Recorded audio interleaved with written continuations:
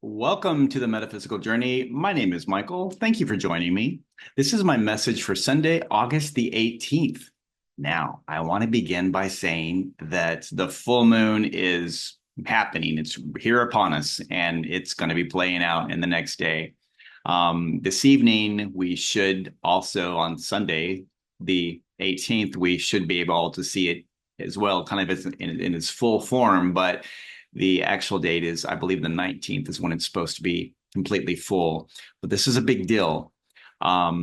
It's a big deal because this is the 8th month of an 8 year. 2024 adds up to 8. So the 8th month of an 8 year.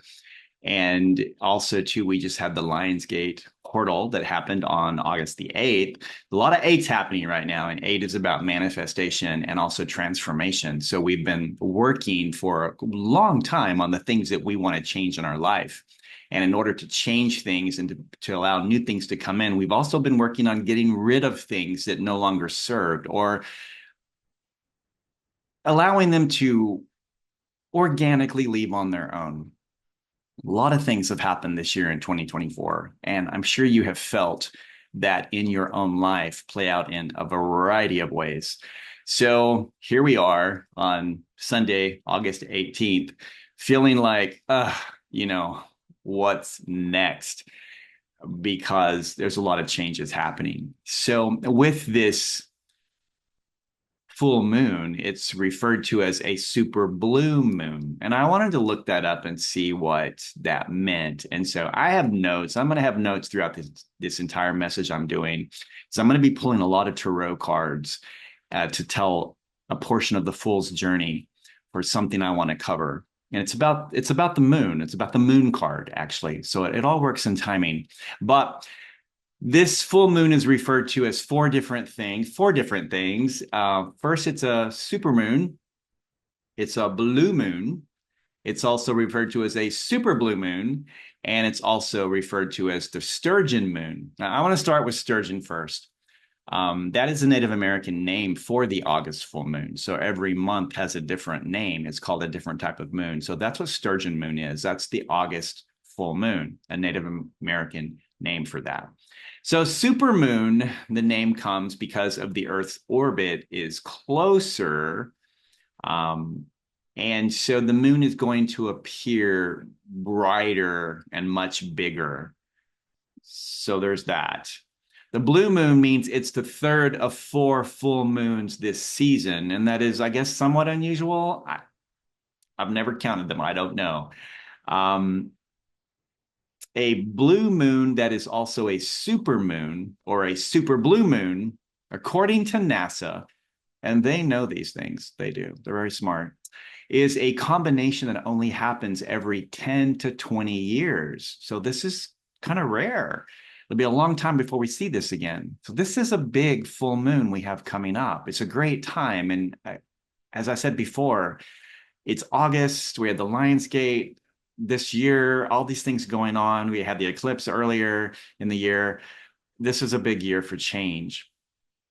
The message that I want to talk about this evening has to do with the change and transformation that you've been going through.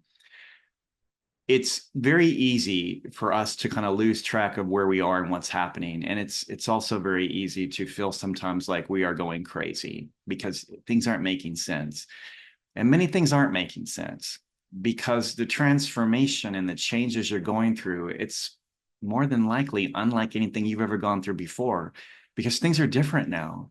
We hear people talk about that there's this change or transition into a 5D type of reality. Now, 5D doesn't mean we're going to just disappear. We're still here in the 3D, but it means that your gifts and abilities have been morphing. I'll say morphing. That's a good word for it. Changing, transitioning, morphing. It's where it's just different. They don't show up the way they did before. You still have them. They're just maybe more heightened or they're faster. It's just a different format. You may have also had a change in guides where you're working with different guides now you weren't before. So you're learning how to communicate in a different way. It's just a lot of changes. It'll play out differently for each person. But in my studies for tarot, I've been doing personal readings for myself. And that's a hard thing to do. If you can read for yourself, you can read for anybody, truly. Because we really sometimes put our will into it a little too much, and it's a challenge. But to help me with that, I also have been keeping a journal. So I will find different spreads and I test my skills with different spreads for myself. And I journal what I get from that. And it's been interesting that as I look back on those later, I'm starting to see patterns and also repeating messages or repeating areas that I need to be working on. And it's been consistent. I'm also seeing that the information I'm getting for myself, when I look back on it, that's what's been playing out in my life. So it's been very accurate. So it's helped me with my confidence, definitely. I would encourage everyone to keep a journal, whether it's for tarot or dreams or just random messages. Keep that, because when you look back, you are going to see that there are patterns there. See your own patterns because it boosts your confidence. And that's what your journey is all about. Becoming more aware of who you are, of the gifts that you have automatically, and that you use them whether you even realize it. It's through journaling or even a recorded tape recorder, however you do it, a recorded video thing. You can see those patterns and it will boost your confidence. For this message that I'm going to do, I would ask if you have a tarot deck, Rider Waite preferably, but whatever you use. If you would, pause the tape, get your deck, and I would like for you to pull out, we're going to do major arcana only. I'd like for you to pull out the Fool and then cards 13 through 19. So that's Death, Temperance, the Devil, the Tower, the Star, the Moon, and the Sun. So pull out those cards, lay them in front of you so that you can be looking at them as I go through this. I'll have them on the screen as well, but it's really cool if you have your own cards, because you also will be able to draw from your own intuition on this, and it'll help you. I believe that this section of the Fool's Journey is going to explain the stages that we are going through. And it's easier to see where we are right now or what we've come through. Now, these are major arcana, so this is major life type things. But this section of the Fool's Journey, the whole Fool's Journey, we go through on many, many times throughout our life. Certain sections we repeat more and more. And this section is one that we repeat a lot. A lot. I think it was in the Bible, Paul said, I die daily. And we all do, in one way or another. Every decision we make, every turn we take, we are dying to something old and starting something new. So this is something to consider on your path. So if you have those cards, that'll be great. When I posted recently that I received a copy of I bought a copy of Tarot Symbolism by Dr. Robert O'Neill. And the very first card I looked up in there was the Moon card. Because the moon's been showing up for me in a lot of my readings and also in readings other people have given me, the moon. And what I've been drawn to on that card, probably in the last 4 or 5 months, has been the lobster, the little lobster. I noticed the weirdest things. It's like, it's got to be for a reason. What is it? What is it for? Now, I learned, I think a couple months ago, that Pamela Coleman Smith was born, I believe, on February 17th, if I'm not mistaken. She was Aquarius. Now that sparked my interest. So am I. Aquariuses look at things differently. They notice little things. And so I picked up on that lobster. So I looked in his book to find out, what does the lobster represent? And the lobster represents the Fool. All right. So that's the journey we're going to talk about. The lobster is actually the Fool. Now, the Fool became the lobster in the Death card, and that's card number 13. So if you look at the Death cards, you'll see the skeleton on the horse, and he has a black flag, a banner, and it has a white rose, and the white rose represents rebirth. So you have death with a flag of rebirth. That's interesting. And it makes a lot of sense, though, because we die to something and we are born into something else. Now, in this card, if you look back behind, it's just kind of in the front of the horse's face there, you will see two towers and you'll see the sun rising between those. These towers are going to show up again in the moon cards. So we'll talk about that when we get there. So the fool dies in the death card, and the fool goes into this watery world and becomes and is transformed into a water creature, a lobster. Now, this watery world represents the unconscious, not the subconscious, but the unconscious. Now, the difference, they're used interchangeably a lot, but they really do mean totally different things. So the subconscious are things that you're aware that they're there, but you don't really pay attention to them, and you're not always aware when they're happening. So this could be just really basic example would be like singing in your sleep. You've been told you sing in your sleep. You're not aware of when you're doing it. You become aware of it when someone says, you know what, you kept me up all night because I could hear you in your room singing in your sleep all night, and you didn't know you were doing it. Or it could be something like talking out loud, talking to yourself. You know that you do it, but you've done it so much you don't even think about it anymore. It just kind of happens, and you realize you're talking out loud when you're in Walmart because you live alone with a dog and a cat. You don't have anybody to talk to, and you're used to talking out loud. And I'm just giving some random example. No one I know, definitely. But you're in Walmart and you're interrupted by someone saying, "Excuse me, are you talking to me?" And it's like, what? And then you realize you've been talking out loud. It happens to others, definitely to other people, not to me. So that's the subconscious. The unconscious, this watery world, are things that you are not aware of at all. No clue.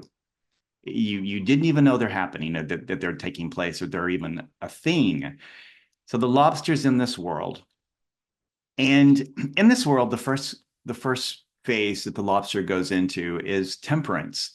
Now, in this underwater world, there are things being made aware to the lobster, seeing things for the first time. It's like, wow, interesting. Did not know that. And so in this darkness, and it has to take place in darkness because all external stimuli is removed. It's just the lobster in the dark. And they have a lot of time to think. And that's shadow work. That's what happens in shadow work, is that there are things that subconsciously you're aware of, patterns, different things like that, but you're wanting to go a layer deeper and find out, why are they happening? What do I not know? And that's what the lobster is going through. And we have temperance. Now, temperance is interesting because this is a 14 card. 14. So 1 + 4 = 5. And 5 in the Bible is the reference for the number of man. And so temperance is definitely, it's about the balance is the human condition. So if you look at the cards, you see an angel, so it's divine there happening, and pouring water from one cup to the other. And cups represent emotions. The water could represent emotion. It could also represent things, the unconscious things flowing from one cup to the next. So it shows that this is definitely divinely planned of what's happening. It's learning to balance the reality or the duality between a spiritual being having a human experience. It's the two things. That's why people, the spirits come to earth, because here we have the emotions. It's the emotions that change everything. Our emotions are what fuels us in our life. Everything we do is based on our passion, our drive. It's our feelings and emotions that are driving that. And it causes us to do things that often we would not ever do. It also, the ego gets all wrapped up in that, and it's all connected. That is the human experience, is the emotional aspect of it. So in temperance, it's learning to balance that you are a spiritual being, but but you're also dealing with the human body, the human emotions, and trying to make that work. And in your daily life, is that not where you struggle the most? You're being made aware of the triggers that you have, the things that just flip your switch. And so you're trying to be mindful of that. And as you walk through each day, you are balancing your own actions and saying, I'm going to keep my mouth shut. I'm going to keep my mouth shut. That is you in that temperance thing, learning how to juggle those two things, your higher self and how you want to actually live your life versus the human side that just wants to punch someone in the throat, right? So that's a challenge. How to use your throat chakra more effectively for kindness and good by not punching someone else in their throat chakra. That's the temperance balance right there. So that's where there's learning. The next thing is, so in that period of temperance time, you are being made aware of different things that you have to balance. And you're going to probably wonder, well, wow, where does that come from? Why is that happening? How are these patterns taking place? And then you move into the devil card. And the devil's where you're going to see it all for what it is. These are going to be made known to you. You're going to understand, yeah, all right, I keep attracting the same situations into my life because there are some patterns, addictions that I have, some attachments that I have that's causing me to keep acting again over and over and over in that way. I have to deal with those. So in the devil period, um, all this is made known. On the devil cards, you'll notice that you have the man and the woman, and they have the chain around their neck. But I mean, they easily could take that out, take those off. They're choosing to be there. And many times in life, that's what we do until we're made aware of something. And even then, there are people that will not walk away because they've become so comfortable. So the devil card is is 15, and 1 and 5 is 6. And in the Bible, 6 is the number of the devil. So it's interesting how that works. But when these things are made known to you, when you see in this shadow work side or whatever, wherever you're at down in there, when you see the underlying cause of what's keeping you where you are in life and why you're not moving forward, you do have two options. You can choose to say, all right, in spite of that, or because of that, I'm going to move forward and break away from that. As I said, some people choose not to. They choose to cling to, I can't, it's like, well, and those are usually easy to hear because the person will say, well, you don't understand. And when they begin with, you don't understand, they're going to now give you an explanation and a justification for why they do what they do. If they can explain it, they have the power to change it, but they've made the decision not to. And that's their choice. That's perfectly okay. They don't have to make any changes. But during that period of the devil card is where we do have to come to terms with it. And once you've seen it, you can't unsee it. You can change it, or you can choose to be a victim of it. And that's a hard place to be. So you've seen the things, you know what they are. And now the decision is, I need to move forward. How's that going to happen? And then we have the tower that takes place. And the tower's purpose is to get rid of those things. Now, there are many people that choose not to make a change. In the devil card, they choose not to make, as I said, they don't make any change. And sometimes change is made for them to help them out. And you have these tower moments. And the tower moment happens to help them really see the consequences of what they've been doing in a way that allows them to walk forward and move on in their life in a more responsible way. So the tower wipes the foundation clean. The tower is a 16, and 1 and 6 is 7. And in the Bible, 7 is the number of God, represents God. So perhaps our tower moments, they are divinely timed and timed and planned. It's divine intervention. The tower is divine intervention to help us move forward. Perhaps in those moments when we don't know, we know we want to, but we don't know how to. And the tower happens to just make it easy for us. We, how many times have you prayed or said out loud or told your guides or your ancestors, whoever? It's like, I know what needs to be done, but I just don't know how to do it. I just don't know how to do it. Because in our mind, we are thinking in things in only certain terms, and we can't see anything beyond that.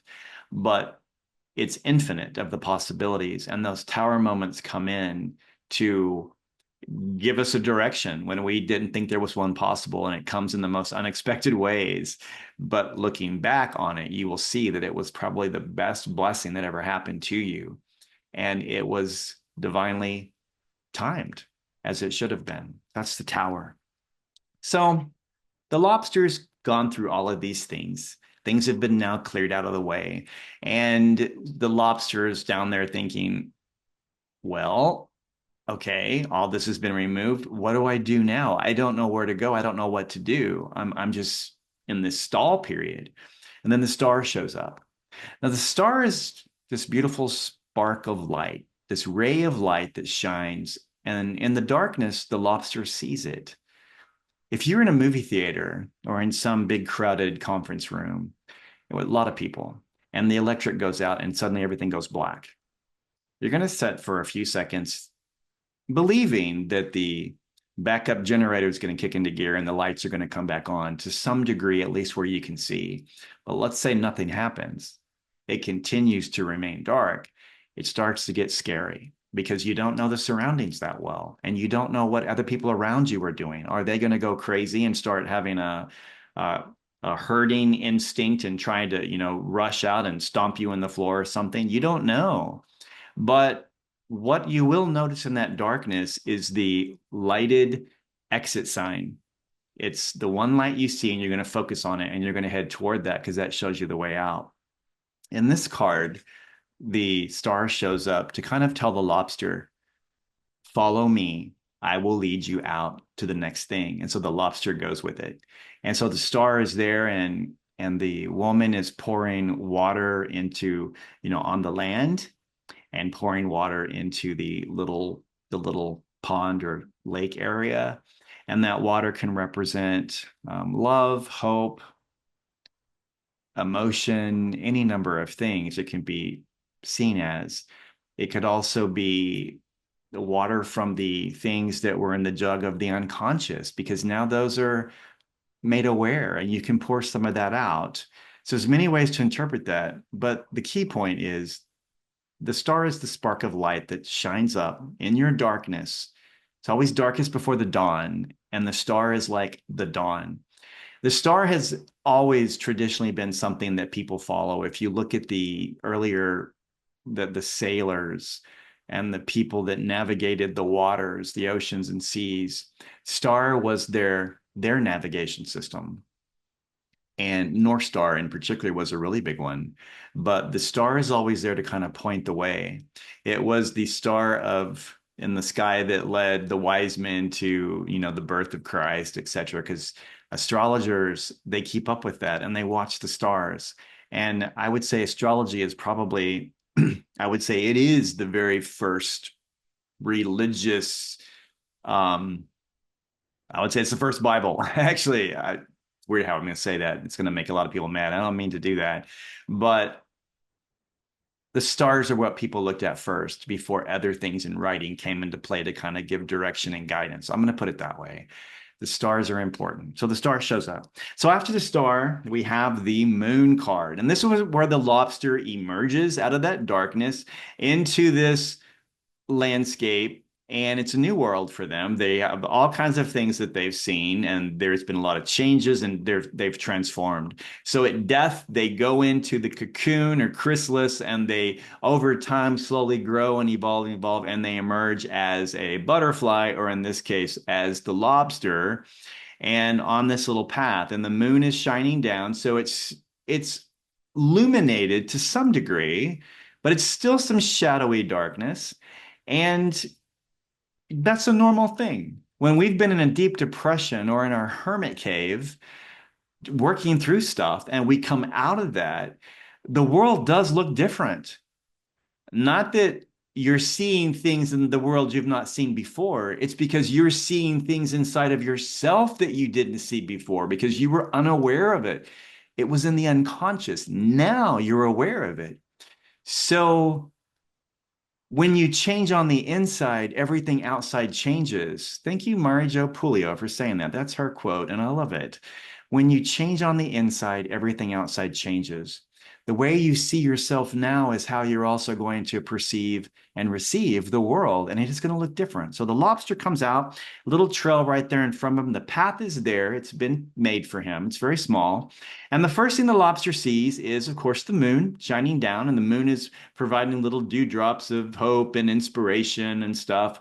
And as well, the moon has illuminated areas that possibly there was deception going on before, that the lobster or you or the fool or you or the lobster or me, however we want to choose it, because the moon card is your card. How you receive this card is specifically for you. So look closely at it for you.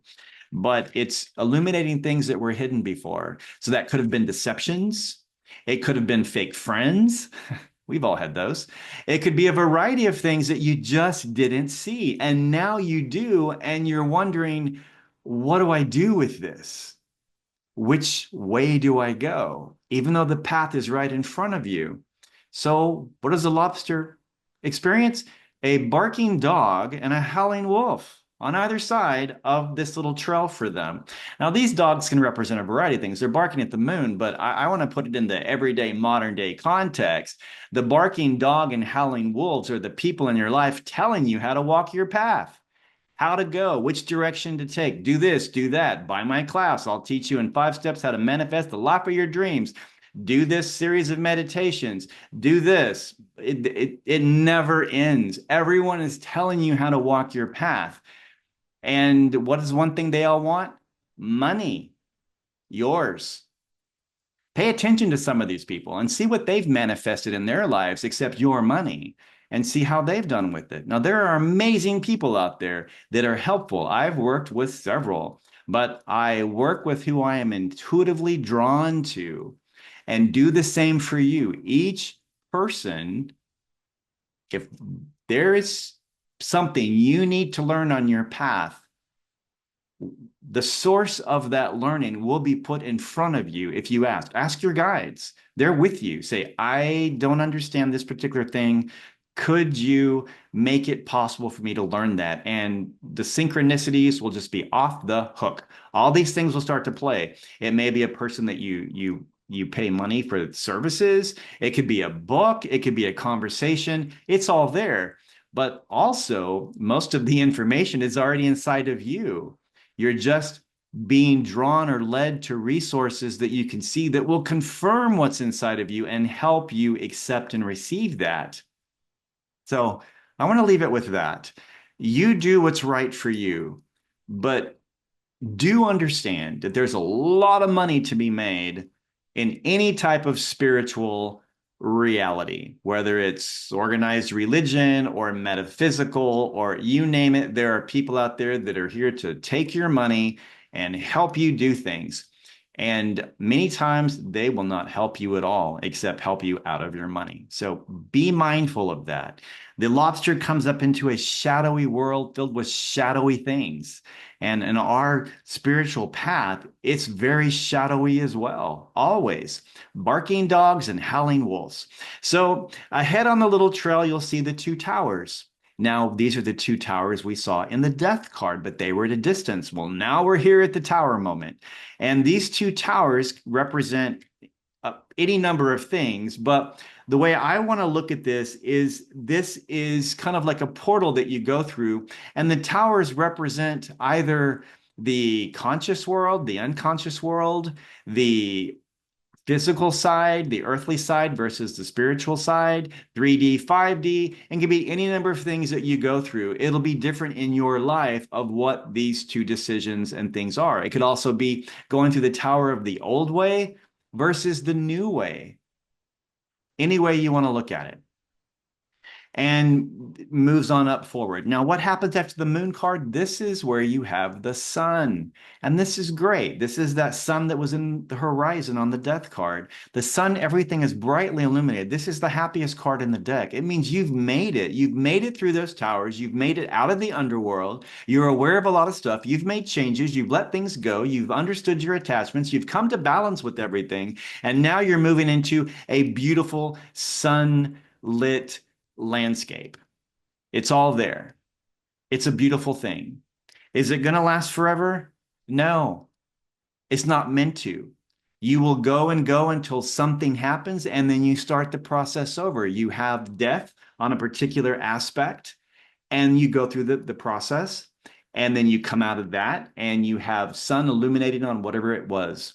This doesn't mean your entire life becomes chaos and destructed. Not at all. These things happen. This pattern happens in some of the smallest areas. It could be a mindset, actually. Anything as simple as that, we go through these little stages because it's what shapes our experience as spiritual beings having a human experience.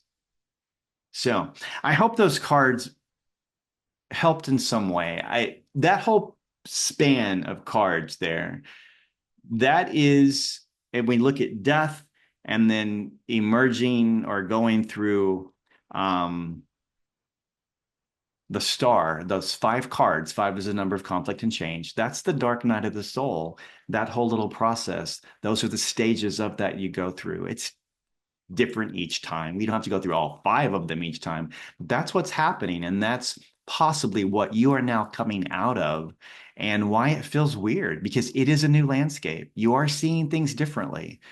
And that's the normal part of the process. And we learn that through Tarot. It's just truly the gift that keeps giving. I love the Tarot. In the types of readings that I've been doing for myself, the area I've been focused on is really for self-growth and personal development. And there's a book that I would like to recommend for you to consider looking at, and it's called Tarot for Change: Using the Cards for Self-Care, Acceptance, and Growth by Jessica Dore. And you'll see a picture of the cover on the screen. But in this book, she covers each of the cards, and she really looks at it in the modern day context of our lives, of what it's like for us. And it deals with different types of psychology and different beliefs and philosophies and stuff. And it's a brilliantly written book. It really, instead of a lot of the books that says, oh, this means this means that, the symbolism, this is realism that she's giving us. It's the card in the context of your life, what you experience, what you feel, and it brings the card to life for you. And that is a great thing. Anyway, in my next message, this is going to be like a 2-part thing. So in this one, I wanted to cover this section of the Fool's Journey. In the next one, I am going to talk about how we do move forward through things. And I'll be using the 6 of Swords. So I hope you'll join me for that one. Have a great day, and thank you for following me on the metaphysical journey. Bye.